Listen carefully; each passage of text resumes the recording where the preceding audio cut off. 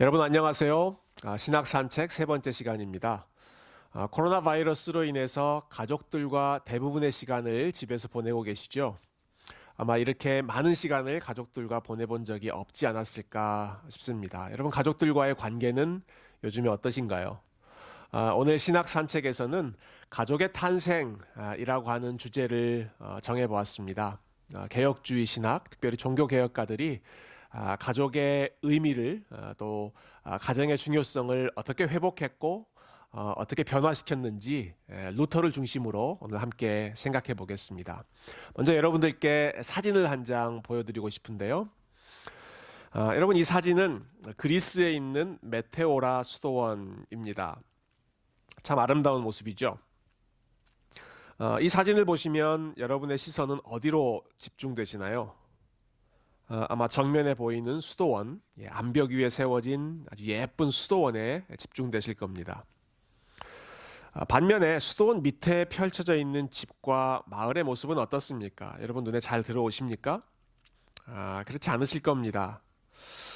이 사진은 종교개혁 이전의 사람들, 그러니까 중세의 사람들이 뿐만 아니라 오늘날도 많은 사람들이 거룩한 삶에 대해서, 거룩한 것과 거룩하지 않은 것에 대해서 어떻게 생각하고 있는지를 단적으로 보여주고 있는 사진이라고 생각합니다. 저희가 지난주에 십자가 신학과 영광의 신학을 함께 비교해서 생각해 본 적이 있죠. 중세시대의 사람들은 십자가라고 하는 곳은 하나님이 계시지 않는 곳이다, 하나님께서 영광을 드러내지 않는 곳이다 라고 생각했습니다. 비슷한 맥락에서 그들이 이런 곳에서는 하나님께서 계시지 않는다, 혹은 이런 곳에서는 하나님의 거룩함이 드러날 수 없다라고 생각했던 영역이 있습니다. 바로 우리가 대부분의 시간을 보내는 일상이라고 하는 영역입니다.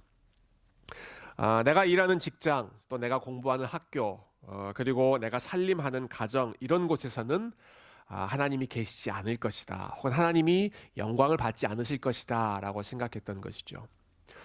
그러면 하나님께서 계시는 곳은 어디라고 생각했던 걸까요? 함께 예배하는 교회 예배당이나 조금 전에 본 사진에 나오는 수도원 같이 높은 곳에 고립되어 있는 그러한 곳에 하나님의 임재, 하나님의 영광이 크게 드러날 것이라고 생각했습니다. 그래서 성직자, 수도사, 수녀와 같은 소위 종교적인 직업을 가진 사람들은 더 거룩하고, 그 외에 일반적인 직업을 가진 사람들은 덜 거룩하다고 생각했습니다. 그 연결선상에서 성직자, 수도사, 수녀와 같이 평생을 독신으로 살아가는 삶은 더 거룩하고, 반대로 결혼을 해서 가정을 이루고 살아가는 삶, 또 가족들을 먹여 살리기 위해 온갖 현실적인 고민을 하며 살아가는 삶은 세상에 매여 있는 삶, 하나님 보시기에 덜 거룩한 세속적인 삶이라고 많은 사람들이 생각했던 것이죠. 그런데 종교개혁가들은 이러한 이원론을 깨트렸습니다. 그리고 일상의 거룩함, 잊어버렸던 결혼의 거룩함, 또 가정의 존귀함, 이러한 것들을 원래의 자리로 회복시키려고 힘썼습니다. 이 점에 있어서도 루터의 역할이 지대했다라고 평가할 수 있는데요. 루터가 설교 중에 했던 한 구절을, 설교문의 한 부분을 인용해 보겠습니다. 결혼은 하나님께서 기뻐하시는 일이기 때문에 마귀는 사람들의 결혼을 막으려고 결혼에 대한 악의적인 편견을 퍼뜨린다. 이방인들은 종종 결혼하지 않고 혼자서 사는 것이 근심도 없고 평화로우며 자유로운 삶이라고 칭송한다. 하지만 독신이 아니라 결혼이 가장 거룩한 상태이다. 왜냐하면 거룩한가 그렇지 않은가를 결정하는 유일한 기준은 성령께서 우리 마음 안에서 역사하시는 믿음의 내면적인 삶이기 때문이다. 제가 방금 인용한 설교는 루터가 고린도전서 7장을 본문으로 했던 설교입니다. 고린도전서 7장은 사도 바울이 독신으로 살아갔던 본인의 이야기를 들려주는 내용이죠. 그러면서 할 수만 있으면 나처럼 독신으로 살면서 하나님 앞에 헌신하는 것 귀한 일이다. 사도 바울이 그렇게 가르쳤습니다. 루터는 이 본문을 새롭게 해석했습니다. 물론 바울처럼 독신의 은사를 받고 하나님 앞에 전적으로 하나님만 생각할 수 있는 그런 삶을 살 수 있다면 그건 귀한 일이지만, 그러한 은사는 모든 사람에게 주신 것이 아니라 아주 소수의 특별한 사람에게만 주신 것이기 때문에 그것을 모든 사람들에게 일반화시킬 수는 없다는 것이죠. 독신으로 살 수 있는 사람은 그러한 삶을 통해서 하나님께 영광을 돌리지만, 그렇지 못하다고 해서, 즉 결혼을 하고 가정을 이루고 자녀를 양육하는 삶이라고 해서 하나님 보시기에 덜 거룩한 삶이 아니라, 결국 무엇이 거룩한가 거룩하지 않은가라고 하는 것은 독신으로 사느냐 결혼해서 사느냐 그 자체가 문제가 아니라 성령께서 그 사람의 마음 가운데 어떠한 믿음을 불어넣어 주시는가, 그가 어떤 마음으로 그 상황 속에서 하나님을 영화롭게 하려고 애쓰는가, 그것이 더 결정적인 기준이라고 하는 것이죠. 자, 이렇게 결혼의 거룩함을 루터는 설교를 통해 또 책을 통해 강의를 통해 굉장히 많이 강조했습니다. 그래서 루터 주변에 있는 사람들은 루터에게 당신이 가르쳤던 그 삶을 당신도 살아내십시오, 루터에게 결혼할 것을 권유했습니다. 그래서 루터가 1525년에 드디어 결혼을 하게 됩니다. 근데 그때까지 루터는 결혼하는 것을 주저했다고 그래요. 그 이유는 본인이 가지고 있었던 그 신념에 대한 확신이 덜해서 부족해서가 아니라 여러 가지 현실적인 이유 때문이었는데요. 루터가 결혼했던 1525년에 그의 나이가 42살이었습니다. 지금보다 훨씬 더 오래전 일이기 때문에 42살이 가지고 있는 의미는 지금보다 훨씬 더 중년의 나이가 되겠죠. 그는 자신의 나이가 결혼하기에 적지 않은 나이라고 생각했기 때문에 결혼을 주저했었고요. 특히 더 중요했던 것은 루터는 자기가 언제 죽을지 모르는 사람이라고 생각하며 살았습니다. 왜냐하면 이때는 이미 교황청으로부터 파문을 당하고 루터가 현상 수배범이 된 상황이었기 때문에 언제 어느 순간에 본인이 생명을 잃을지 모른다, 그러한 불안정한 삶이라고 생각했던 것이죠. 그러한 현실적인 이유에서 루터는 누군가와 결혼하는 것을 주저했습니다. 그러다가 1525년 6월 27일에 루터가 드디어 결혼을 합니다. 이날이 루터의 결혼 기념일인데요. 우리가 보통 유명 연예인이나 스타들의 결혼을 표현할 때 세기의 결혼이다 이런 표현을 많이 쓰죠. 그런데 루터의 결혼이야말로 정말로 세기의 결혼 중의 결혼이라고 표현할 수 있을 것입니다. 하버드 대학교에서 교회 역사를 오랫동안 가르쳤던 스티브 오즈먼이라고 하는 교수님은 심지어 이렇게 표현하기도 했습니다. 루터의 결혼식이 있었던 1525년 6월 27일이야말로 진정한 종교개혁 기념일이다. 우리가 보통 1517년 10월 31일, 즉 루터가 95개조 반박문을 발표했던 날을 종교개혁 기념일로 정하고 있는데요. 이 오즈먼 교수님이 이렇게 표현한 것은, 물론 1517년이 중요한 사건이긴 하지만 일반 사람들은 루터가 95개조 반박문을 통해서 무슨 말을 하고 무슨 주장을 했는지 별로 관심이 없었다는 것입니다. 그렇지만 1525년 6월에 루터가 결혼을 하게 됐을 때 그 당시에 사람들은 평생 보지 못했던 중요한 변화를 목격했다는 것이죠.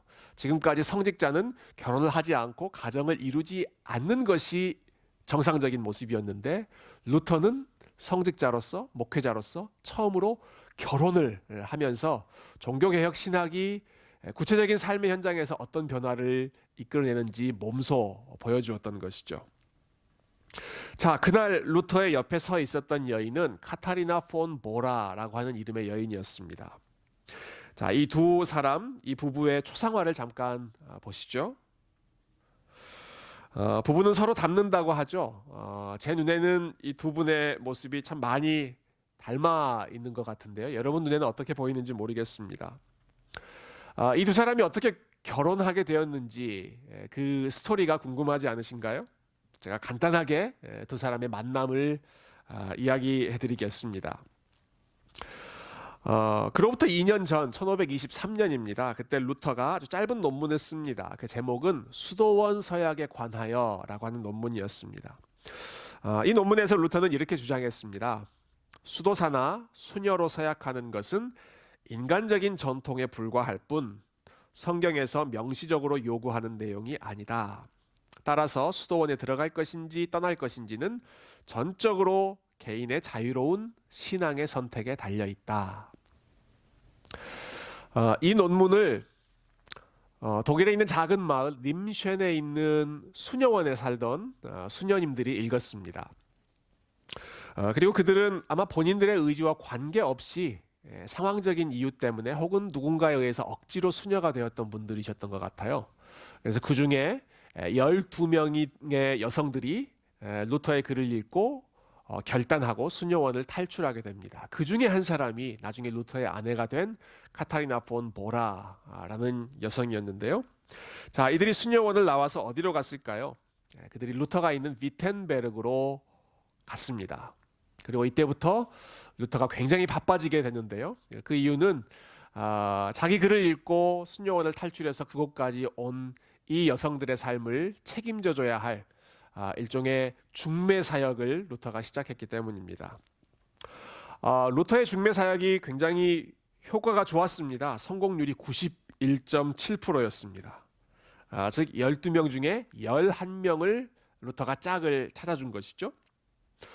유일하게 짝을 찾아주지 못했던 사람이 카타리나였습니다. 아무도 이 여인과 결혼하고 싶지 않아서 이 여인이 마지막까지 남게 되었는지, 아니면 루터가 이 여인과 결혼하고 싶어서 마지막까지 아무에게도 소개시켜 주지 않았는지, 진실은 루터만 알고 또 하나님만 아시겠죠. 그렇게 시작된 두 사람의 결혼 생활은 총 21년 동안 지속되었습니다. 21년간의 결혼 생활을 루터와 카타리나가 함께 보내게 되는데요. 그 기간 동안에 루터는 자기 아내를 매우 존경하고 매우 사랑했던 것으로 보입니다. 가까운 친구에게 보낸 편지에서 루터는 이렇게 고백하는데요. 나는 프랑스나 베니스를 준다 해도 KT, 자기 아내를 애칭으로 부르는 것이죠. KT와 바꾸지 않겠다. 참 멋있는 고백이지 않습니까? 그럼 또 이렇게도 말했습니다. 모든 사랑보다 가장 뛰어난 것은 부부간의 사랑이다.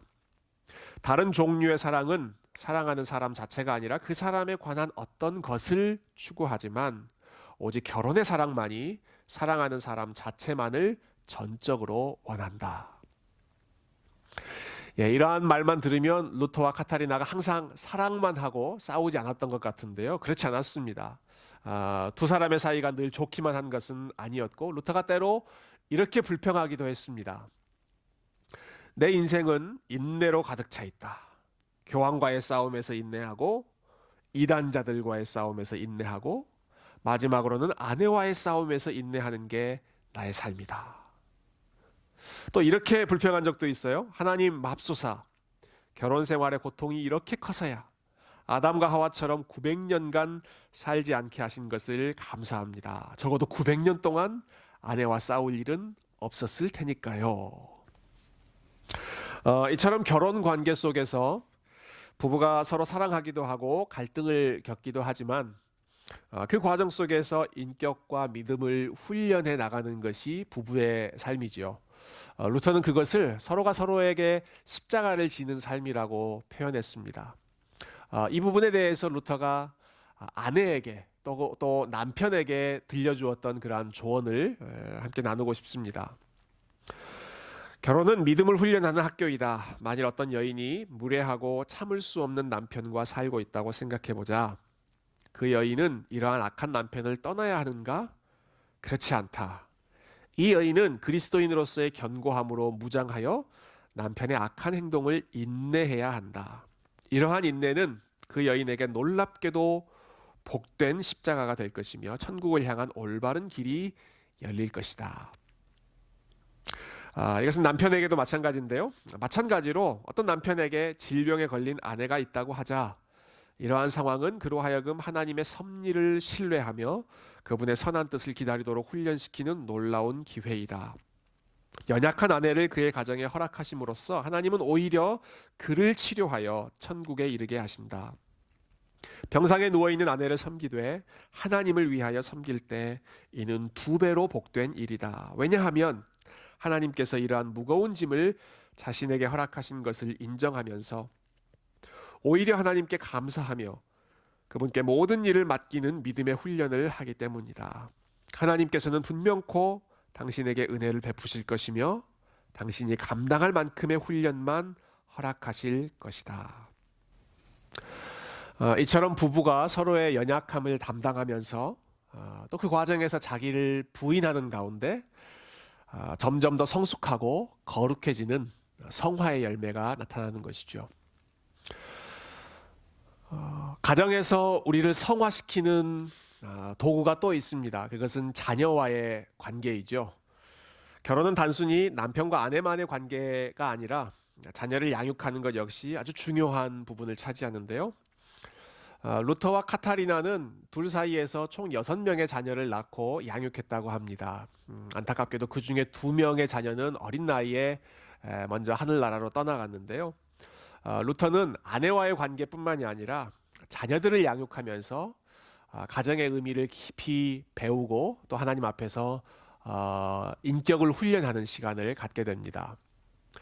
제가 루터의 글 중에서 가장 좋아하는 인용문을 여러분들께 들려드리고 싶은데요. 결혼은 단순히 여자와 같이 자는 것만이 아니다. 그것은 누구나 할 수 있는 일이다. 오히려 결혼은 가정을 지키고 자녀를 양육하는 것이다. 한 아버지가 달려가서 아이의 기저귀를 갈아주거나 아이를 위해 허드렛 일을 마다하지 않을 때 어리석은 자들은 그 모습을 보고 조롱할지 모르지만 하나님께서는 모든 천사들과 함께 웃고 계신다. 이는 그 아버지가 단순히 기저귀를 빨고 있기 때문이 아니라 그가 이러한 일을 믿음으로 하고 있기 때문이다. 여러분 어떻습니까? 루터는 정말로 아이를 키워본 사람 맞죠? 예.